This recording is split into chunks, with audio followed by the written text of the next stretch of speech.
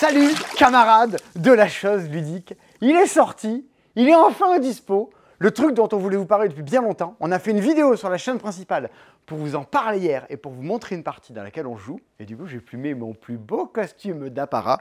J'ai accroché le micro à la serviette, donc je ne vais pas enlever la serviette. Les gens qui ont bon goût disent « Si, enlève ta serviette ». Les gens qui ont bonne vue disent « Non, remets cette serviette ». Mais je vais pouvoir vous parler d'un truc qu'on a trouvé tellement fou que pour vous dire, on l'a fait importer des États-Unis. Parce que c'est très galère à trouver, c'est pas dispo partout en France. On en a quelques boîtes, mais ça durera pas une éternité. C'est... En fait, moi, on fait ce boulot-là avec Baptiste, qui est derrière la caméra cette semaine depuis plus d'une dizaine d'années maintenant, toi comme moi. Surtout toi, mais... Oui, oui, moi aussi, voilà. moi aussi. On fait ça depuis un bout de temps. Et en fait, il y avait encore une discussion cette semaine de dire « Il y a trop de jeux qui sortent et vous aimez tout ». Non, c'est pas vrai, on n'aime pas tout. Par contre, on pense que plein de gens vont aimer des tas de choses. Mais de temps à autre, je vois des choses qui, moi, remettent des pièces dans la machine de mon enthousiasme. Ils me font dire « Oui, c'est pour ça qu'on fait ce boulot. C'est pour ça qu'on se fout à slip à poil dans la vidéo. C'est pour pouvoir dire aux gens « Eh, mais jouer à ça, ça me semble très supérieur à la moyenne et absolument plus enthousiasmant. » Et quand je passe mes soirées à jouer avec mes potes, on se dit « Bah là, c'est quand même plus enthousiasmant que la moyenne. » Ce jeu, c'est Sink or Swim. Regardez.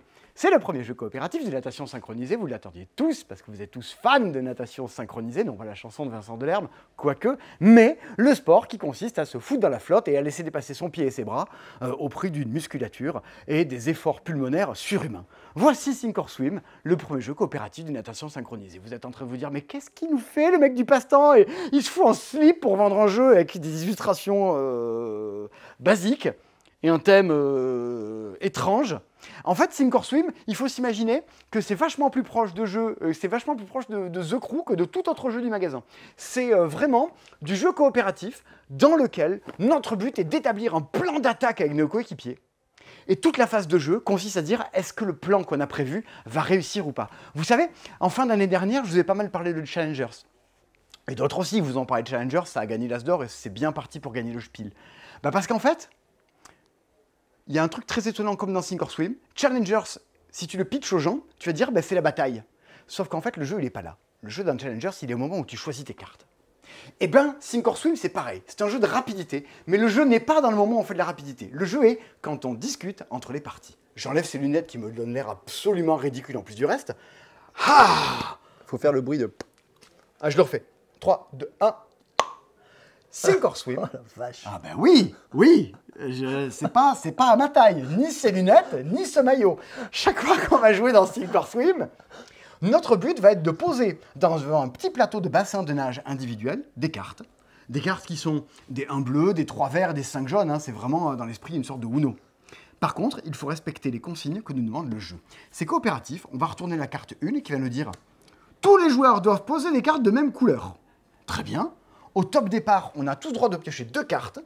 On regarde ce qu'on a. Oh, j'ai 2 cartes roses, tous, mettez du rose. Quoi, t'en as pas? Tiens, je te la donne. On pose tous devant notre plateau une carte à se cacher. On se met en position de natation. Quelqu'un arrête l'application. Et là, on va vérifier. Est-ce qu'on a tous joué une carte de la même couleur?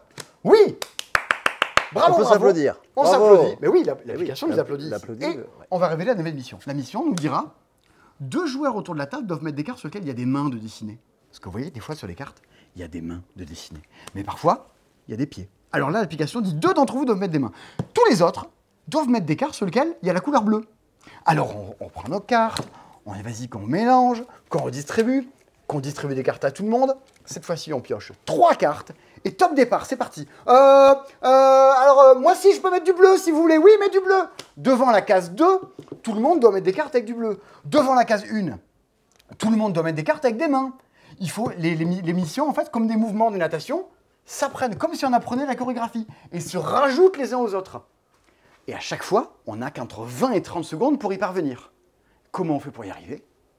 Plusieurs choses. Il faut discuter au début de la manche. Quelle couleur on va choisir? Qui va mettre du bleu? Qui va mettre des mains?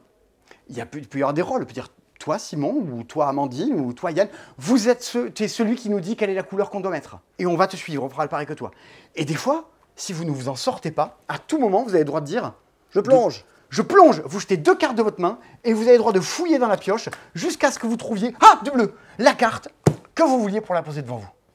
L'aide peut venir soit des autres, dire aidez-moi, j'ai pas de carte bleue, on m'a dit d'en mettre une, j'en ai pas, donnez-la moi. L'aide peut venir de vous-même. À voir. Et puis si quelqu'un n'a pas de carte bleue, vous pouvez dire attends, je plonge, je vais aller la chercher pour toi. Et c'est tout ça. C'est un vrai jeu de coopération. Il y a des fois des trucs, tu prends, bon, pour prendre la moitié des jeux coopératifs, on prend des décisions au nom du groupe. Là, en fait, tu ne peux pas décider au nom du groupe. On peut à la limite établir un plan ensemble, mais qu'est-ce qui va se passer? Tout va me demander de l'adaptation, de la discussion, et plus ça va dans le jeu, plus ça va aller en empirant. Et bien souvent, des fois, vous avez pris des décisions, vous discutez, bon, Amandine, c'est celle qui choisit la couleur. Et tu le dis aux autres, ouais. Sauf que vous allez retourner une nouvelle mission au fur et à mesure de vos réussites, et les nouvelles missions vont peut-être vous filer des contraintes qui vous font dire, c'est peut-être plus si bien, Amandine, que je choisis de la couleur, parce qu'il y a ça qui vient d'apparaître. Le jeu vient vous obliger à défaire et à refaire votre plan au fur et à mesure. Et vous êtes en permanence en train de vous dire, il faut qu'on trouve une solution. Yes, on a la solution, ça marche. Et la carte d'après, non, la solution qu'on a mise en place ne marche pas, il faut en trouver une autre. C'est vraiment un jeu de pompier, c'est beaucoup plus proche d'un unlock, vous devez trouver la solution. Vous allez pouvoir y arriver, mais comment? En combien de temps? En combien de tentatives? Parce que pendant que vous jouez, l'application compte votre score secrètement. C'est compter sur le nombre de fois où vous allez tenter, vous ratez, dépasser le temps. Et puis, c'est compter également sur le temps que vous allez passer à discuter entre les gens. Vous êtes chronométré pendant que vous discutez. Alors, comment on fait le plan? Et ça vous fait une note globale. Ça vous fait un peu un jauge, une note à la juge biélorusse. 5.1 en enthousiasme. Le score de performance est noté sur 8,73 et vous avez des scores à la fin que vous découvrez. Et c'est un des trucs qu'aucun jeu de société ne fait aussi bien, à mon sens. Des fois, dans le jeu, vous avez un score. L'application va garder votre meilleur score. Oh, combien on a fait? Parce qu'il y a 10 scénarios différents. Le scénario Tour Eiffel, Dauphin, le fameux scénario Esturgeon. Et bien à la fin, on dira sur Esturgeon, votre meilleur temps, votre meilleur score, c'est 70,13. Et bien les fois d'après, tu vas speedrunner avec tes potes, tu vas dire, vas-y, on va battre le score qu'on avait fait la dernière fois avec Muriel et avec Jean-Luc, on va essayer de faire mieux que 70,13. Et tu tentes d'y arriver. Et puis surtout, parmi tout ça, où vous faites votre plan, vous discutez de choses intelligentes, de « Attends, mais si t'as pas de paire, si t'as pas de truc, on passe les cartes et on s'arrange et on plonge. » En plein milieu du jeu, entre plusieurs missions, le jeu va vous balancer un twist. Il va vous dire « Et maintenant, pour pouvoir continuer à jouer, il va vous arriver ceci. » Dans la vidéo qu'on a faite, il y a un de mes twists préférés qui arrive en plein milieu de la partie. C'est une contrainte, elle peut être à la fois totalement absurde ou stratégiquement un peu déroutante, mais ça va vous obliger à repenser la manière dont vous jouez au jeu. Et la solution viendra forcément de l'esprit d'équipe. Ça, aussi naze que ça puisse avoir l'air comme argument, c'est un redoutable jeu de team building. Tu fais jouer à ça à des gens et tu vois tout à fait qui se comporte comment dans le groupe avec les autres, qui veut froisser personne, qui va tout prendre sur lui, qui va prendre des décisions, qui sera capable de se dire « Non, la décision qu'on a prise n'est pas bonne ». Et puis qui sera capable d'aider les autres. Parce que si quelqu'un ne s'en sort pas dans les cartes avec le temps imparti, il faut être capable d'aider les gens et de leur apporter une solution. Et mine de rien, et c'est en fait super drôle de dire « Vas-y, on a un problème, il faut qu'on y arrive ». Bah, des jeux, il en sort plein. Moi, quand je joue à ça, j'ai envie de jouer qu'à ça. De me dire, waouh, on a réussi à triompher du truc. Il y a un vrai esprit de groupe. Parce que si vous gagnez, bah, c'est la force du groupe d'avoir réussi à triompher de ça. Et donc, vous êtes avec vos potes. Je ne veux pas exagérer, je ne veux pas dire que vous avez l'impression d'avoir vécu un truc. Mais vous avez l'impression d'avoir réussi à débloquer quelque chose que, sans l'aide des uns des autres, vous ne serez pas arrivé à surpasser. Je trouve ça très fort. C'est pour ça d'ailleurs qu'on est allé les pêcher jusque là-bas pour dire hop, reviens jusqu'ici. Tu y as joué, Baptiste? Ah oui, bien sûr, j'ai fait. T'en as fait 4 ou 5? Ouais, 5, je crois. Ouais. J'ai fait découvrir à plein de gens en fait. J'ai jamais joué avec le même groupe. Ok. Et non, oui, c'est très très drôle. Ah, moi je trouve ça immensément rigolo. Ouais, c'est très très très drôle. Puis alors, à faire découvrir, c'est un bonheur. Ouais. Tu fais facilitateur, t'expliques aux gens. Voilà, moi j'explique jamais qu'il y a un twist. Je leur dis, bah. Oui, tu le dis à la fin. Tu non, le dis quand ça arrive. Oh, qu'est-ce que l'application est en train de nous dire? Eh ben il y a un twist. Oh, regardez mon micro, je l'ai fait tomber. Bon, on m'entendra vachement mieux, je remonterai le son à la fin. L'application te dit qu'il va y avoir un twist et qu'il va se passer un truc. Et de laisser les gens découvrir ça, c'est un bonheur. Effectivement, c'est bien avec un facilitateur, c'est bien d'avoir des gens en face qui sont un petit peu joueurs, mine de rien, parce que ça va vous demander ce qu'on appelle la surcharge cognitive. Il y a ça à prendre en compte, puis ça dans un temps imparti. Et si vous n'en sortez pas, le jeu vous laisse plus de temps. Ce qui fait que c'est un jeu de furieux que pour les gens qui veulent faire un super score. Sinon, ça reste un jeu qui au fur et à mesure de vos essais, va être de plus en plus relax et va davantage s'axer sur quel plan on fait pour réussir. Et c'est là où moi, c'est un jeu de plan. Et moi, j'adore les jeux de plan. The Crew, il faut faire un plan quand on joue aux cartes. Qui va remporter le premier pli? Qui va couper avec l'atout? Qu'est-ce qui se passe dans telle situation? Orléans Invasion est un jeu de plan. C'est-à-dire quand vous jouez à Orléans Invasion, il va falloir que vous discutez de qui va aller à la châtre, qui va aller construire le bâtiment qui fait du pain. Bon, ça parlera que aux gens qui ont joué à Orléans Invasion. Et il faut se répartir les choses entre nous et se dire, est-ce que le plan qu'on avait prévu, est-ce qu'on avait prévu que toi tu fasses tous les bâtiments, est-ce que c'est toujours faisable ou pas? Est-ce que tu as essayé de récupérer tous les navigateurs? Alors t'en es où? Est-ce que tu as besoin d'aide? Est-ce que tu as besoin que je t'envoie des moines pour aller récupérer tes navigateurs? Eh ben voilà, Orléans Invasion, The Crew, Sink or Swim, c'est non seulement rigoureusement ma came, mais au-delà de ma névrose personnelle, pour l'avoir fait jouer à plein de gens et au festival du jeu, je l'ai fait découvrir à une vingtaine de personnes à qui j'ai fait découvrir le jeu, genre voici les règles, je vous lance des boîtes, je vous explique le truc, votre but, finir plus vite que les équipes d'à côté. Eh ben, y a plein de gens qui se sont absolument enthousiasmés pour ça aussi, suite à cette partie. Oui, puis on le voit là, hein, regarde. Mais bien sûr regarde. Là, et puis après, il y a les gens qui ils ont peut-être pas joué. Sandy, je crois que c'est la seule personne que je connais qui n'a pas aimé, ou je sais pas si elle y a joué. Ce qu'elle n'aime pas, c'est que j'en parle toute la journée, que ça les gonfle. Oui, voilà. Parce qu'évidemment, quand j'ai joué à ça, le lendemain, j'étais... there is a twist. J'ai joué à ça, j'ai joué à ça, j'ai joué à ça. Ils en pouvaient plus. Genre, mais Simon, mais... oui, mais je pense que ça va amuser les gens. Et puis, vous allez le voir encore cette semaine, il y a plein de jeux qui sortent, mais qui se ressemblent les uns les autres. Moi, j'ai pas demandé, c'est pas moi qui édite les jeux, c'est pas moi qui ai demandé à ce que tous les jeux se ressemblent. Et il y a Revive qui sortait encore en début d'année, il y avait des débats là-dessus. Je trouve que Revive ressemble à tous les autres, mais est absolument plus performant que les autres. Il n'y a aucune originalité dans Revive, mais ça fait tout, pour moi, à mon sens, de manière beaucoup plus agréable et m'enthousiasme beaucoup plus. Sur Sink or Swim, c'est évident que c'est un ovni, c'est perché. Tu vis des choses dans ce jeu-là que tu n'as pas beaucoup vécu dans d'autres jeux. Mais qu'on ne me dise pas que Kite ou Mission Pas Possible, c'est pareil. C'est plus riche, c'est encore plus rebondissant, et puis cet aspect communautaire, tu l'as très peu. Donc évidemment, quand je joue à ça, ça me fout une claque à moi qui joue à des jeux depuis bien trop longtemps, et ça remet des pièces à la machine qui dit voilà ce que c'est un jeu enthousiasmant. C'est le premier jeu de ces auteurs qui, s'ils ne sont pas en couple, sont frères et sœurs parce qu'ils portent le nom de famille. Et s'ils sont en couple, les frères et sœurs, bon, ils font ce qu'ils veulent, je ne les juge pas. Mais Christine Boutin approuve. Lucas et Divide Grain, c'est Béziers Games qui édite ça en France. Béziers Games, Baptiste, qui sont les gens qui font Loup-garou pour une nuit, notamment. Bingo, tout à fait. Et Suburbia, notamment aussi, il y a plein d'autres jeux violents. Sink or Swim est en anglais. Sink or Swim, vous allez tomber sur des cartes de mission qui vont vous dire same color, tout ça. Un anglais plutôt basique. Et l'application va vous parler en anglais. Alors vous dites, non, mais l'anglais, ça me fait chier. L'avantage, c'est que c'est coopératif, et comme le dit Thomas dans la vidéo qu'on a publiée hier, que je vous invite à aller voir, liker, partager, quelqu'un peut dire à tout le groupe, bah regardez, la carte, elle dit ça, elle dit même couleur. Tout le monde doit dire un truc de même couleur. Si une personne dans le groupe parle anglais, tout passe. Amandine, Nicolas et moi avons traduit la règle, relu, corrigé, imprimé. Elle est dans la boîte avec le jeu. Donc si vous nous le commandez, vous aurez la règle made in le passe-temps. Sinon, Sink or Swim, a priori, arrivera en France l'an prochain. Pour l'instant, on a du stock. Je ne garantis pas qu'il en reste longtemps. La bonne cible, c'est avant la fin du mois.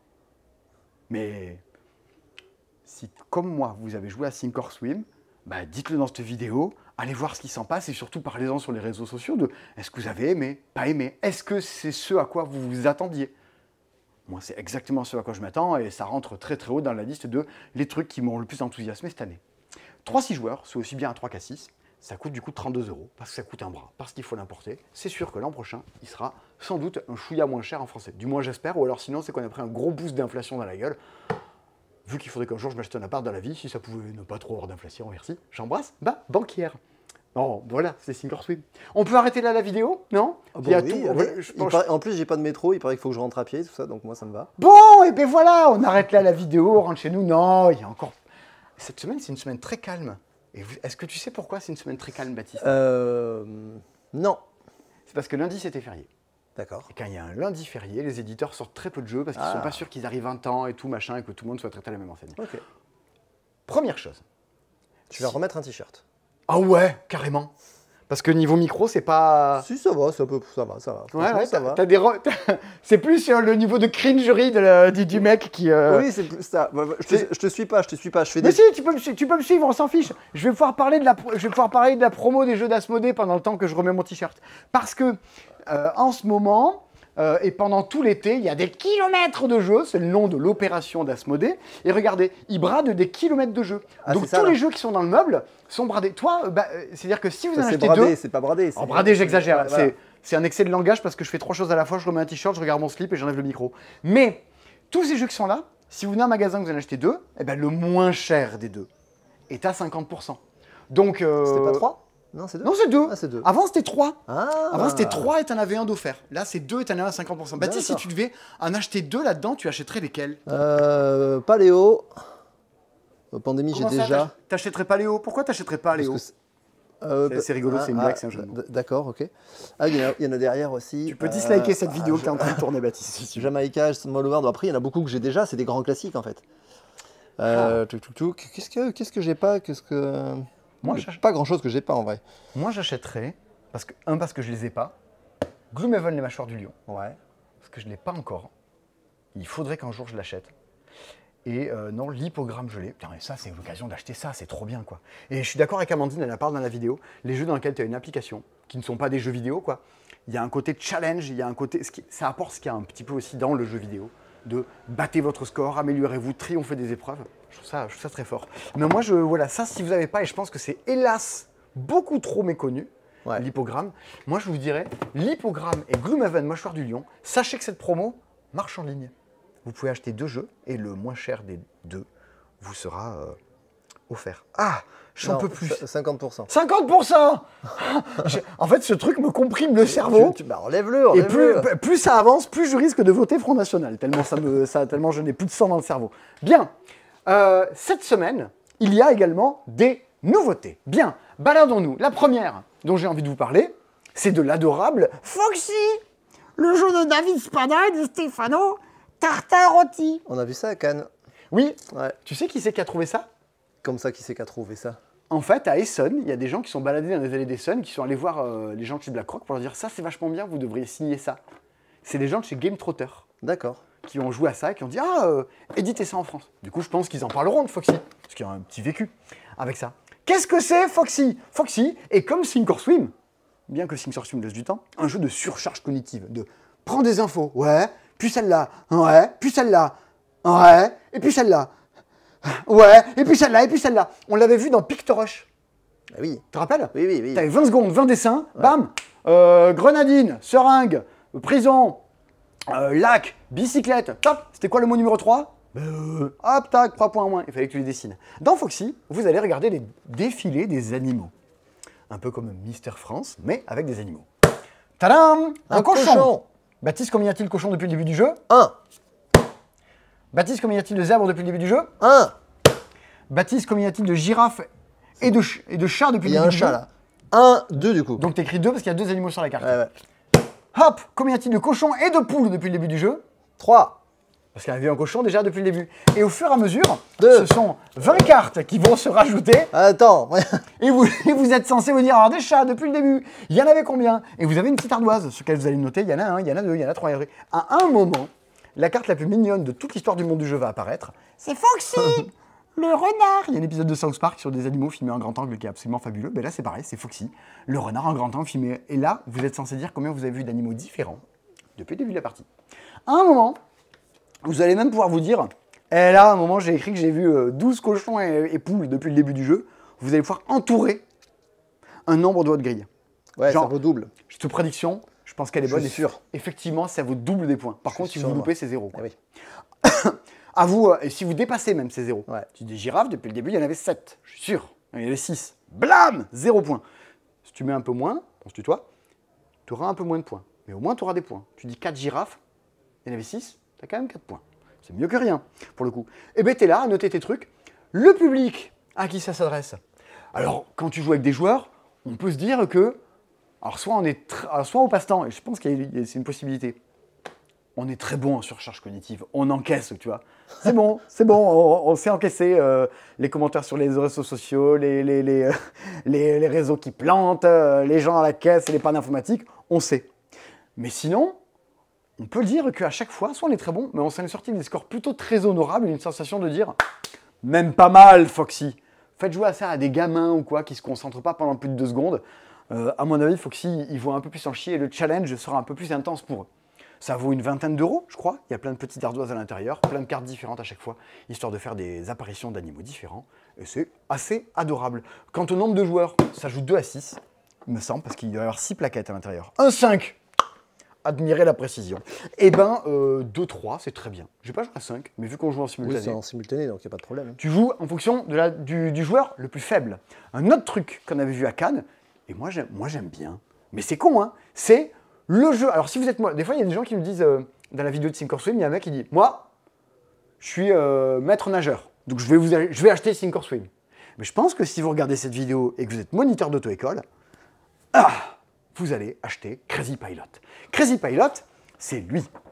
Crazy Pilot, pour ceux qui ne parlent pas anglais, c'est le pilote fou, hein, bien sûr. C'est un jeu d'auto-école. Pourquoi j'ai encore cette serviette, moi? Ça sert à rien. Vous allez avoir des situations du code de la route qui présentent à vous, et vous devez prendre des décisions très rapidement. Est-ce que je vais en face? Est-ce que je tourne à gauche? Est-ce que je fais demi-tour? Ou est-ce que j'écrase les gens?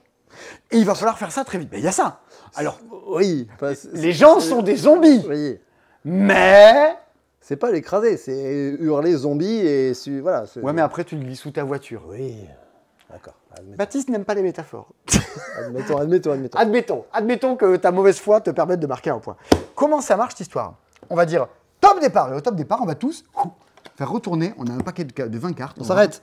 On s'arrête, il y a un stop. Alors, quand tu t'arrêtes, tu mets ta carte. Dessus. Tu mets ta carte dessus? Oui. Moi, je l'aurais mis dessous. Non, c'est les zombies dessous. Tu dis, ouais, c'est ça que tu mets dessous. Ici, il y a un feu rouge. Oui, ben on s'arrête. On s'arrête. Ici, là, on passe. Tout droit. Ouais, bah moi je regarde un peu. Ah non, zombie.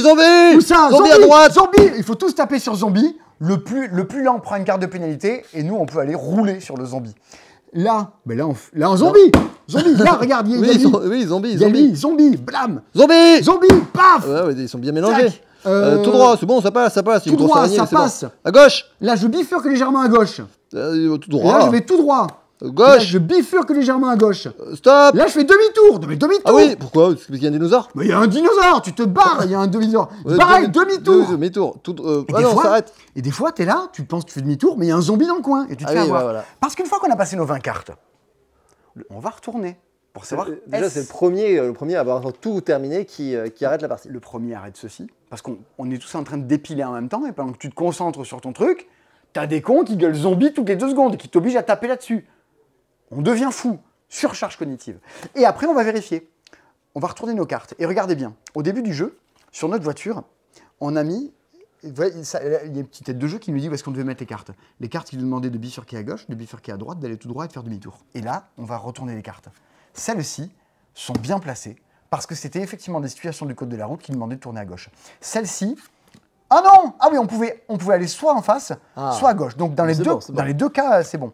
Celle que j'ai mis dessous, qui demandait de s'arrêter, c'était bon. Celle qui était là, qui demandait de faire demi-tour, c'est bon aussi. Et est-ce que j'ai bien écrasé que des zombies? Oui, olé. Oui, t'as pas de concurrent là. Mais tu sais que j'ai fini avec des scores négatifs quand on avait joué avec Amandine et Thomas. Mais je suis nul à ce truc. Tu parles, il faut observer des trucs, c'est affreux. Tout le monde criait de partout. Eh ben c'est très con, ça crie de partout. C'est beaucoup moins facile que ça en a l'air. Ouais. Les situations du code de la route, mais sont d'une connerie. À un moment, tu sais, moi j'ai eu ça le jour où je passais le permis. Et je n'ai jamais la solution. Franchement, si quelqu'un a la solution, il faut qu'il me le dise. Je n'ai toujours pas compris. Vous passez le permis, il y a les diapos du code de la route. Et à la fin, on dit bravo, vous avez le code de la route ou pas? Bien. Dans les diapos, j'avais une voiture garée, une place au milieu. Avec la légende, je peux me garer. Petit A, oui. Petit B, non. Il y avait un mec avec un tuyau d'arrosage qui arrosait la place de parking. Ah ouais? Je sais pas ce que j'ai répondu, je me rappelle plus. Mais il n'y a pas C. Je baisse la vitre, je dis, je peux me garer. Du coup, je sais pas qu'est-ce qu'il fallait répondre. Et j'ai jamais su. Bon, voilà, tout ça pour dire, vous avez des situations aussi cons là-dedans. Il y a un moment, il y a un fantôme qui traverse la route. Mais tu fais quoi? Tu roules, tu fais demi-tour, je sais même pas. Je n'ai même pas regardé, j'en sais rien. Eh bien, on est sur ce genre de bêtises-là. C'est dans la même collection dans laquelle on va trouver Omerta et Art Strawberry, la petite collection de chez Helvétique. Tu sais qu'Helvétique, c'est marrant parce qu'on l'a rangé là. Et est-ce que tu sais quel est le point commun entre les jeux qui sont là et les jeux qui sont ici? Bah, c'est les jeux à rôle secret un peu, enfin les jeux d'enfoiré, rôle secret. Alors, c'est vrai, c'est un peu les jeux d'enfoiré, mais il y a une différence, c'est qu'en fait, les jeux, quand ils sont signés par un éditeur, il y a toujours, généralement, quelqu'un qui le développe. Tu vois, par exemple, quand tu as signé Flashback chez les Scorpions Masqués, c'est Manuel qui l'a développé. Ben, ces jeux-là, ils ont été développés à l'époque par Ludovic Papaïs, le développeur des jeux de chez Yellow, qui maintenant bosse chez Helvétique. D'accord. Et donc, on retrouve des points communs et une façon d'éditer des jeux et une qualité d'édition qui souvent a trait aussi à des personnes. Ok. Voilà. Et on prépare une vidéo dessus un jour, et ça va être stupide. Oui, ça va être bien. Ouais, enfin ça va être... Ah non, parce que tu sais pas tout. Hein. Ah bon? Non, bah non, je te réserve des surprises. Ah merde. Ah zut. Ah trop bien, j'adore. Ah oui, il y aura des petits twists, enfin il y aura des petits trucs. Quand on est à jouer, on se dit, ah en vidéo, il faudrait faire ça ou ça. Ah ben d'accord. Il y aura des twists. Oui. There is a twist. And now, there is a twist. Ouais. Bien. On est là aussi sur un petit jeu donc de surcharge cognitive, comme vous l'avez vu. Cette semaine sort également chez Blue Orange un petit jeu du nom de Stack Match. Snack Match. Oui, c'est un jeu de David Amorine et Ramon Renando et des illustrations de Simon Douchy. On sent qu'on est dans la collection. Tu vois l'inspiration un peu Montmalin, Cuphead, tout ça. On est dans cette ambiance-là. On est sur Draftomino. Draftomino, oui, ouais, c'est mignon. Ça pourrait. Qu'est-ce que tu as compris de Draftomino? Bah que c'est un jeu de draft où il faut poser des dominos. Ben voilà. Alors franchement, allez hop, on lance la réimpression, on change le titre sur Draftomino. Comment ça marche? Votre but est de faire, alors, on peut dire de Thinkorswim que le thème est con, dans Snack Match, votre but est de faire la plus belle nappe de pique-nique. Ah mais oui, mais j'ai vu ça. Ah oui? Il nous l'avait montré. Ouais, ok. Où est-ce que tu l'as vu? Dans le set dispo? Non. Non, il était venu nous le montrer. Et bien voilà, il faut faire la plus belle nappe de pique-nique. Ah ouais. À chaque tour, tu pioches 2 bouts de nappe de pique-nique, des nappes sur lesquelles à chaque fois, il y a toujours 3 éléments. Ah oui, mais du coup, c'est pas des dominos. Ok. C'est des triominos. Ouais. C'est des chrominos. Des chrominos, ils sont comme ça. Et bien t'en gardes un que tu vas mettre sur ta nappe et l'autre tu passes à ton voisin. L'astuce, c'est que autant la première tu la mets sur ta nappe, la suivante, tu dois toujours superposer, soit par-dessus, par-dessous, à quelque chose qui existe déjà. Et puis ta nappe. Tu vas pas t'étendre sur la pelouse là. Il faut 4 cases par 4 cases. Idéalement, tu essayes de faire des continuités aussi bien de type de nappe que de type de symbole. De bouffe, quoi. Ça a l'air de rien, tu t'arraches bien le cerveau. Ouais, on avait fait une partie, c'est casse-tête. Tu t'arraches bien le cerveau quand on dit « je fais disparaître de la nappe Vichy, mais là je fais apparaître un sandwich de plus ». Et si tu fais une zone qui fait moins de 3 symboles, c'est 0. Ah oui, bah oui. Tu ne mérites pas des points. Ça, c'est le mode de jeu simple. Tu pioches, tu passes au voisin, le voisin te passe un truc. Autant vous dire que c'est 8 cartes dans votre grille. Donc, vous pouvez enchaîner les parties. Vous enchaînerez les parties également en rajoutant des cartes avec des contraintes.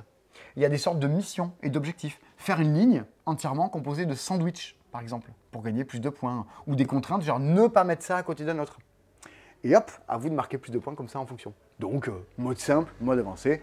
Je joue avec mes enfants, je joue avec ma collègue. Je vous laisse décider qui de vos enfants, de vos collègues sont le plus intelligents. Chacun vous dit « Ah ben oui, c'est vrai que Josie, elle a compta, elle est pas valide. Oui, mais elle a la compta. » On va le faire. On avait dit qu'on avait plein de trucs en déstockage. La semaine dernière, Sébastien vous parlait de Luna Capital, la capitale de la Lune, le King Domino de la Lune. Chaque semaine, il y a un nouveau King Domino. C'est terrible. Eh bien, on en a reçu de nouveaux, parce qu'on était tombé en rupture de stock. Il y en a de nouveaux. Toute la section avec les promos, les bonnes affaires est dispo. On a reçu du Dragon. T'avais joué toi à Dragon, on en avait parlé en vidéo il y a très longtemps, si tu devrais être de meilleurs jeux. Un truc de Fight Duty où on incarne des dragons, on doit récupérer les meilleurs équipements. Bien sûr, ouais. Putain, ça existe encore ça? Bah c'est en déstockage. Okay. Mais je pensais qu'ils n'en avaient plus. Ouais, bah oui. Et en fait des fois ils ont dû faire un inventaire et dire oh on en a encore. Tiens, oui, retrouver un carton quoi. On va les envoyer au passe-temps, ils les vendront pour 2 € et ça fera plaisir à des gens. Franchement, jouer à Dragon, moi ça me faisait plaisir. Et c'est pas cher. Et j'ai réussi à trouver d'autres trucs. Alors j'ai fait les fonds des entrepôts de tous les fournisseurs internationalement. Hein, et j'ai fait le tri. Et il y a des trucs, j'en voulais plein et j'en ai pas beaucoup. Par exemple, j'ai vu ça, Cheat Image. Est-ce que tu sais qui est l'auteur de Cheat Image?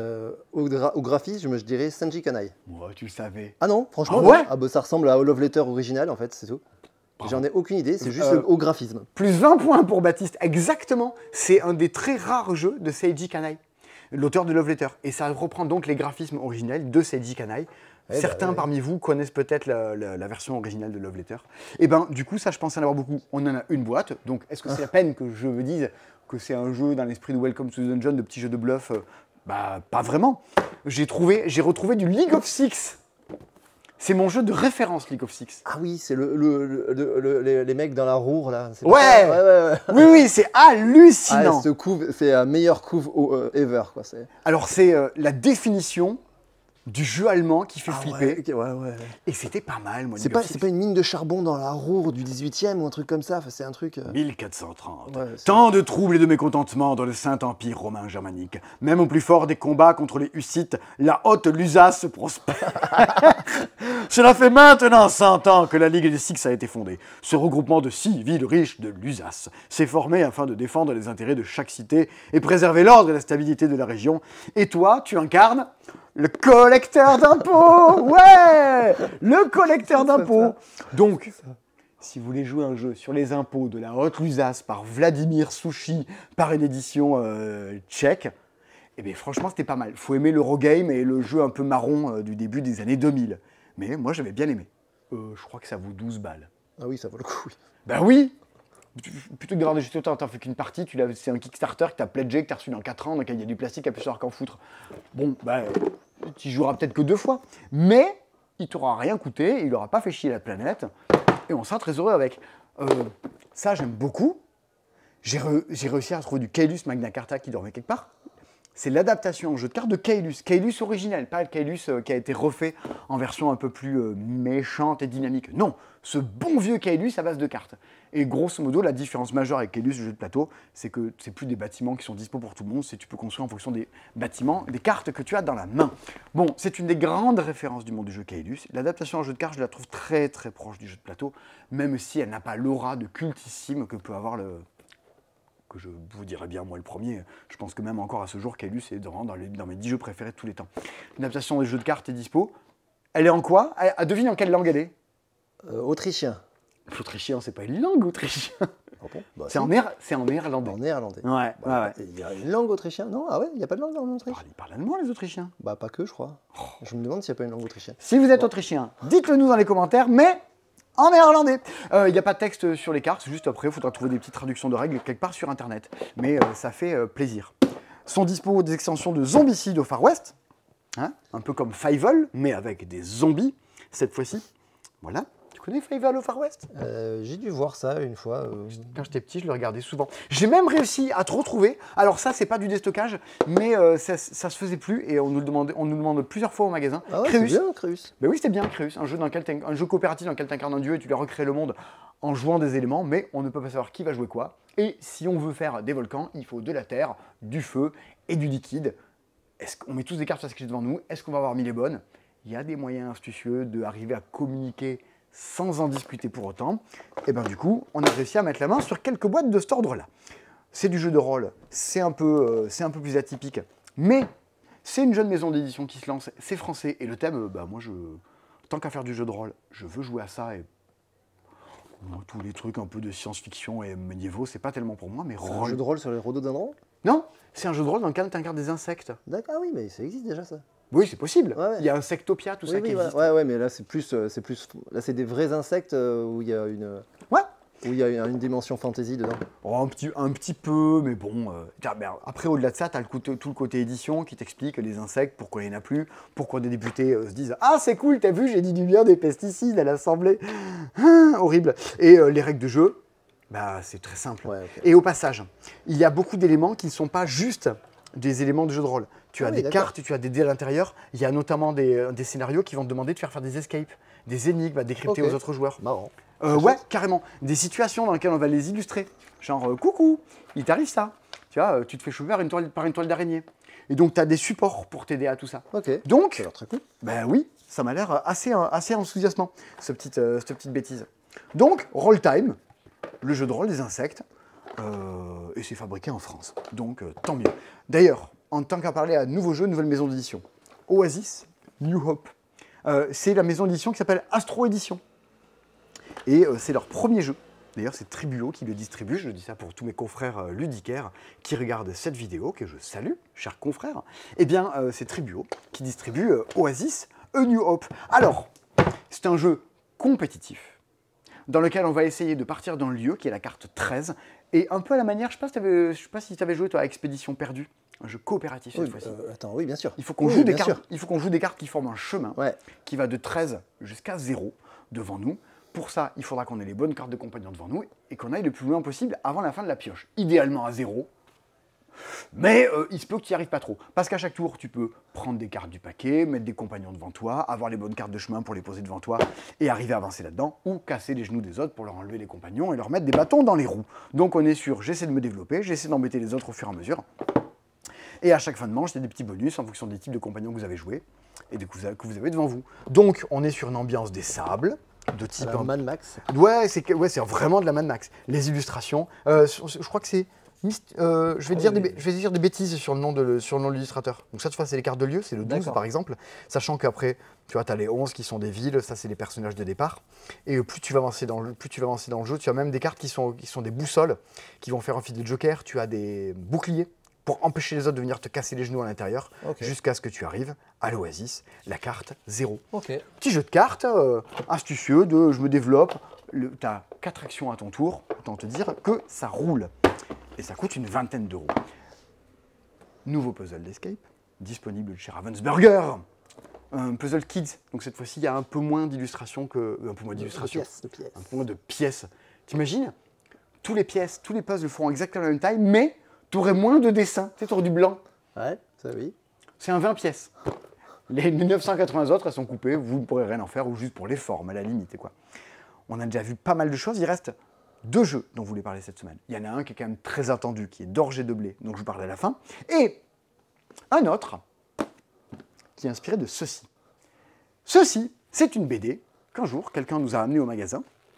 Il arrive et me dit pendant le confinement, j'ai regardé toutes vos vidéos et c'était chouette. Alors en fait, dans la BD que j'ai sortie, je vous ai dessiné. Quoi? Donc moi, j'étais heureux, mais j'étais là genre ah trop bien, ça valait le coup qu'on se casse le cul pour faire toutes ces vidéos. Ah ouais, on est dedans. Et alors, il y a Rachel et moi dedans. Alors moi, je suis là avec mon teint cadavérique, genre faites vos jeux. Je crois que je suis également sur la page d'après. Je sais pas si on nous voit bien là. Ouais, si. Faites vos jeux, père d'épée. Il joue au... Bon, ça, c'est la fin de la BD. Hein. C'est toute une histoire d'oracle et de coups de poing. Et regardez, là, il y a Rachel. On la reconnaît bien, non? Donc voilà, on est dessus. Et du coup, je suis trop content. Et donc, cet illustrateur, qui a un nom et un prénom, ses parents ont dû faire des choix. Mais lui, il a choisi de s'appeler Hel Carava. Il sort cette semaine. Non pas Pain Béni, sa petite BD qui était plutôt très cool d'ailleurs, qui m'a offert et vraiment... publiquement, je dis bah merci beaucoup. Des fois, je suis un peu nul, je prends pas le temps de répondre aux gens ou quoi.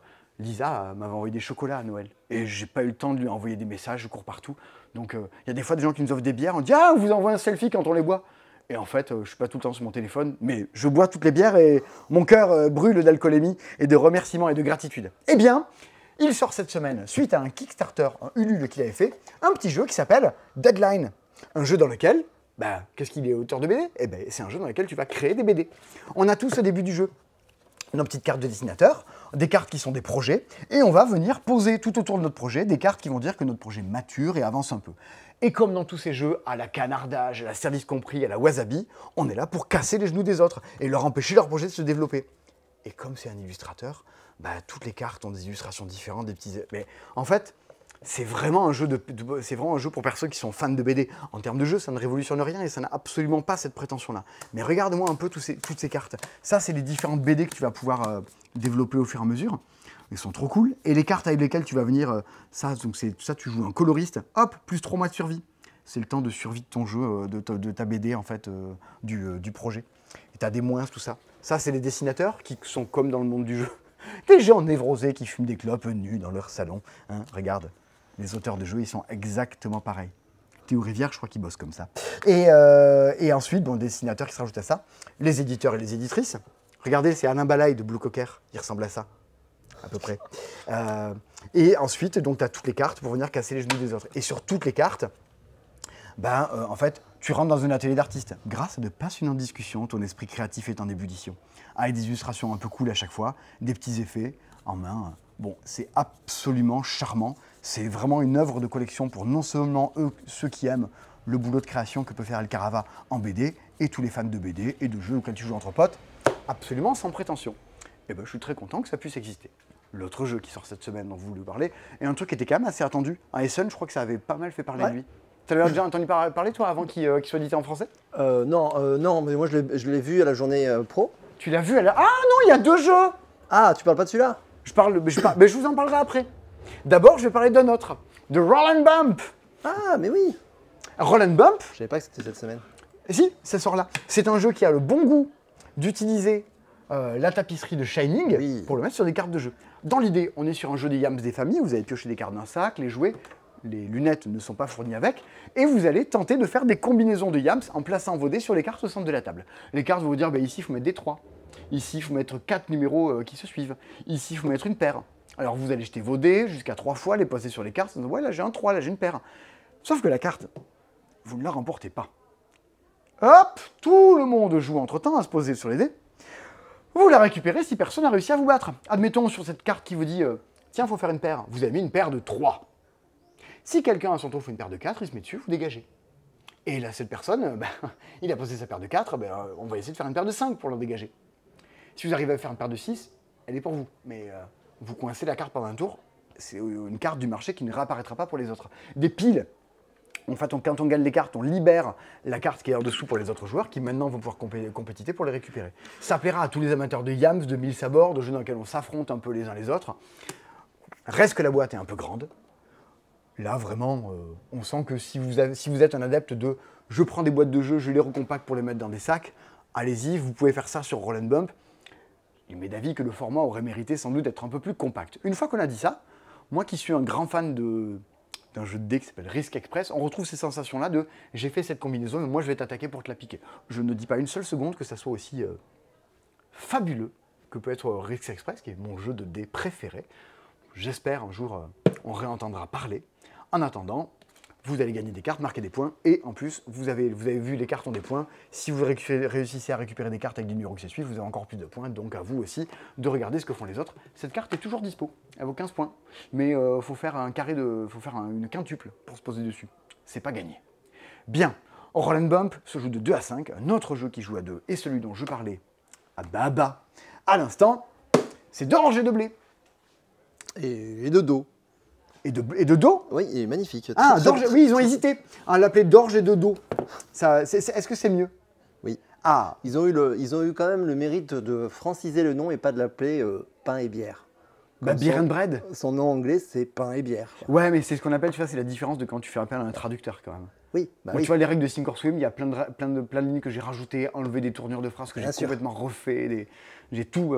Ça aurait été drôle un jeu qui s'appelle pain et bière. Oh là là, la tristesse. Rouler rebondi. Alors, pain et bière, qu'est-ce que c'est? On est sur du jeu à 2. Ça aurait pu être édité par Yellow dans la grande collection des jeux à la Watergate, à la Targi, par Repoprod dans leur collection de jeux à la Seven Wonders Duel, parce qu'on est clairement dans ce genre de jeu-là. On est sur un jeu dans lequel on va gérer des ressources. Je sais pas pourquoi je marche. Ah oui, c'est parce que là, littéralement, t'as fait le tour et oui. T'étais pas cadré. Hein, donc. Je sais pas, je me suis dit, j'ai envie de marcher. Tu sais, une fois quand vous êtes au téléphone, vous marchez. Mais là, c'est pareil. C'est un jeu dans lequel vous allez non seulement essayer de faire cuire du pain, mais vous allez essayer de faire également de la bière. Et il faudra faire autant de pain que de bière. C'est un jeu sur l'équilibre alimentaire. Le fameux équilibre, une tranche de pain, une chimée, tu vois, une pinte, tu vois. Ah, quel doux, quel délicat. Oui, c'est la mécanique qu'il y avait dans le Tigre et Euphrate, tout ça. Enfin, en gros, c'est travailler son minimum. Exactement. D'ailleurs, c'est une mécanique et... Toi, tu es super fan de Tigre et Euphrate. Ah oui, clairement. Je crois qu'on a reçu du Yellow Exiangze. Oui, jamais joué, il paraît que c'est moins bien. Mais... Ah bon? Je sais pas, j'ai pas joué. BGG dit non que le... Enfin, ok. Je suis allé voir plein de notes sur BGG, il y a des gens qui disent tout et son contraire à ce sujet. Bon, j'ai le Tigre et Euphrate, ça me va très bien. Oh, oui. Je crois qu'il est à 15 balles. Ah oui, voilà, effectivement, ça le coup. Oui, effectivement. Bien. Comment ça marche? On va distribuer des cartes à chaque joueur. Vous allez vous installer de part et d'autre du plateau. Parce que, à votre tour, vous allez avoir des cartes en main, vous allez en jouer une et drafter ce que vous avez dans la main, ce que vous n'avez pas joué. Vous passez à l'adversaire. Les cartes que vous allez pouvoir jouer, elles ont 3 effets. Ça, c'est vue, revue et survue. La première, c'est je prends des ressources qui sont dessus et je les mets dans ma maison. Votre maison, là, si ça dépasse, rien ne se perd, tout se transforme. Vous envoyez vos ressources chez le voisin. Donc faites gaffe non plus à ne pas avoir un grenier qui déborde. Vous pouvez décider, il y a un petit effet spécial, de jouer cette carte et de la glisser sous votre plateau à l'emplacement qui va bien. Elle va venir booster vos actions. Désormais, lorsque je prends des ressources, il m'arrive ceci en plus. Ah. Et alors, elle reste jusqu'à la fin du jeu. Et vous allez pouvoir en mettre de plus en plus au fur et à mesure. Donc autant vous dire que votre jeu va commencer à se développer, vos pouvoirs, ça va commencer à grimper. Mais la carte, vous pouvez très bien également décider de vous en servir pour la poser dans votre maison. Ici, vous mettrez vos bières. Il vous faudra 2 os, un blé et 2 orges pour arriver à faire cette carte-là. Ça aurait pu être un pain. Dans ce cas-là, vous l'auriez mis là. Il vous faudra une eau et 4 blés pour arriver à cuire ce pain-là. En dépensant vos ressources, arriver à accomplir. Les cartes que vous avez en main, vous les laissez à votre adversaire. Ce qui vous donne une certaine visibilité sur quels sont les pouvoirs spéciaux qui vont peut-être me revenir, quelles sont les ressources qui vont peut-être me revenir à un moment, quelles sont les missions qui vont apparaître en jeu au fur et à mesure de la chose. Et l'autre petit truc astucieux, c'est que c'est un jeu qui se joue en printemps et été. Il n'y a pas d'automne et pas d'hiver, c'est hiver-été. Regardez, c'est ce qu'ils appellent les mois fertiles et les mois infertiles, quelque chose comme ça. Ce qu'on voit en mois jaune vert. En fonction de la manche, le nombre de ressources disponibles dans le marché ne sera pas le même. Et déjà, ça risque de coincer un petit peu plus. De l'eau, il y en aura tout le temps dans la rivière. C'est pas comme nos étés à nous, les humains du 21e siècle. C'est du 22e, je vous raconte même pas. Bien, en fonction également de quelle est la manche, on ne va pas s'échanger les cartes de la même façon. On s'échange des cartes dans les mois fertiles, on ne les échange pas dans les mois infertiles. Par contre, on peut changer avec les 3 cartes qui sont sur le bord du jeu. Faire du troc. Dire, hop, je laisse celle-là, je prends celle-là à la place. Peut-être que celle que vous avez laissée, votre adversaire va la vouloir, ça va l'intéresser. Toujours aussi dans l'optique de vous dire, il faut équilibrer ça. Si vous voyez votre adversaire a commencé à brasser plein de bières, autant vous dire, les pains, je me les garde. Comme ça, tu vas galérer. Et si tu as fait 63 points de bière, mon petit Jaco, en bière, tu as 0, ton score c'est 0. Donc, à vous de voir qu'est-ce que vous gardez, qu'est-ce que vous lui laissez. Tout ça dans un petit jeu. On retrouve tout ce que l'Allemagne fait de meilleur depuis ce début de siècle, à savoir des petites ressources en bois, des illustrations de Flandre. C'est pas Franz Clemens qui a fait les illustrations? Non, c'est celui de... C'est Miguel Gombra? Non, c'est celui d'Angdor, c'est Menzel. C'est Menzel qui a fait ça. Des petites ressources en bois, un petit moulin, un duel de cartes, et comme toujours, il y a toujours le regret de « Ah, mais si j'avais gardé tel pouvoir, si je t'avais pas laissé ça, ah, si mon grenier n'avait pas été plein, que j'avais pas obligé de te laisser ces ressources, eh bien ça marche diablement bien, et la courbe de progression dans les possibilités du jeu, dans les différentes cartes, parce que vous ne verrez pas toutes passer lors d'une partie, il y a beaucoup d'effets spéciaux, de trucs à trouver, qui en fait un jeu stratégiquement plutôt intéressant. Et puis, bon, c'est rigolo, on fait de la bière... Et du pain. Bon, vos amis alcooliques et qui aiment le gluten aimeront bien, les autres aussi, parce que c'est un jeu et que ce qui se passe dans un jeu n'influe pas forcément toujours sur la vie réelle. Donc, Sink or Swim, donc les promos de chez Asmodée, donc les jeux en déstockage, les sorties de la semaine, tout ça, machin. Il y avait quand même que 6 ou 7 jeux cette semaine, mais vous êtes informés sur qu'est-ce qui se passe dans le monde du jeu, indépendamment de le mec du passe-temps se déplace en slip dans sa boutique. On est bon ? On est bon? Semaine prochaine, moi je suis là. Toi t'es en vacances, mais oui. Ça, voilà. Semaine prochaine. Ah, regarde, semaine prochaine. On le voit ici sur les tableaux des jeux à précommander. Il y a sur les traces de Darwin qui sort la semaine prochaine. Ah, cool. Cool. Semaine prochaine, je crois qu'il y a Passe-Passe qui sort la semaine prochaine. Cool aussi, ouais. Ouais, oui, t'avais beaucoup aimé toi, Passe-Passe. Ah ouais, très bien. Ah, l'auteur arrête pas de m'écrire, dire, tiens, jouer. Toujours pas. Bah, Jouzy, c'est bien. Mais oui, c'est ce que tout le monde me dit. Et ben voilà. Mais je ne joue qu'à Sink or Swim en ce moment. J'ai du mal à jouer à autre chose. Bien. À bientôt pour des nouvelles aventures de ces dispos. Que des épisodes qui sont disponibles en podcast. Sachez-le. Pour ceux qui ont envie d'écouter des podcasts. C'est exactement la même chose que vous voyez, mais en podcast. Autant vous dire que vous allez vous régaler sur l'explication de Crazy Pilot. Vous allez vous dire, mais qu'est-ce qui se passe là-dedans? Des fois, je rajoute des bonus. Je rajoute des moments où Sébastien il pète à la fin de la vidéo ou des trucs comme ça. Donc si jamais, il y a des petits bonus dans les podcasts. Abonnez-vous! À la semaine prochaine pour de nouvelles aventures de C'est Dispo. Et dimanche, soirée jeu du passe-temps. Soirée jeu du passe-temps. Nouvel épisode. Oui. Oui. Ouais. Allez, à bientôt. À bientôt. Salut. Salut. Oh, j'ai pas parlé de ça. T'as coupé? Oui. Rallume. Non. J'ai pas parlé de la nouveauté la plus importante de la semaine. Regardez, on a de la colle à puzzle et on a ce truc. Ça permet. Tous les autres ont dit Simon, tu commandes n'importe quoi. Bon, vous savez, j'ai un problème avec les puzzles. Et ben regardez, quand vous l'ouvrez, vous pouvez mettre vos puzzles de 1000 pièces et les faire à l'intérieur, Comme ça, après, tu refermes. Ça fait clic. Tu le mets de côté et ça prend pas ton salon. Et dedans, eh ben, tu peux trier les pièces. D'accord. Tu vois, comme quand tu es monomaniaque, parce qu'en fait, tes gamins te déçoivent énormément à l'école, tu as choisi le mauvais mari, ben, tu ranges tout bien comme ça. Ça calme un peu tes névroses. Avant de passer à la solution médicamenteuse, vous pouvez acheter le Puzzle Store. Je crois que ça coûte 60 balles. À bientôt pour un nouvel épisode de C'est Dispo.